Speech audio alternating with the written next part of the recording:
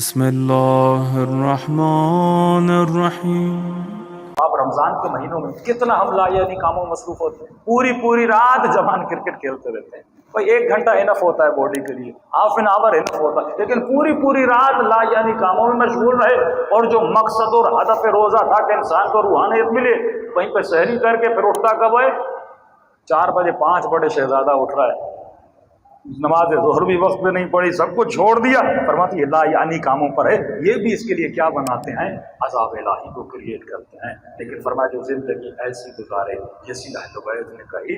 امام فرماتے جب ملک الموت کو دیکھے گا، ملک الموت کا چہرہ مومن کے لیے اتنا حسین ہوگا، فرماتے 40 ماؤں سے زیادہ اس کی محبت تیرے دل میں آ جائے،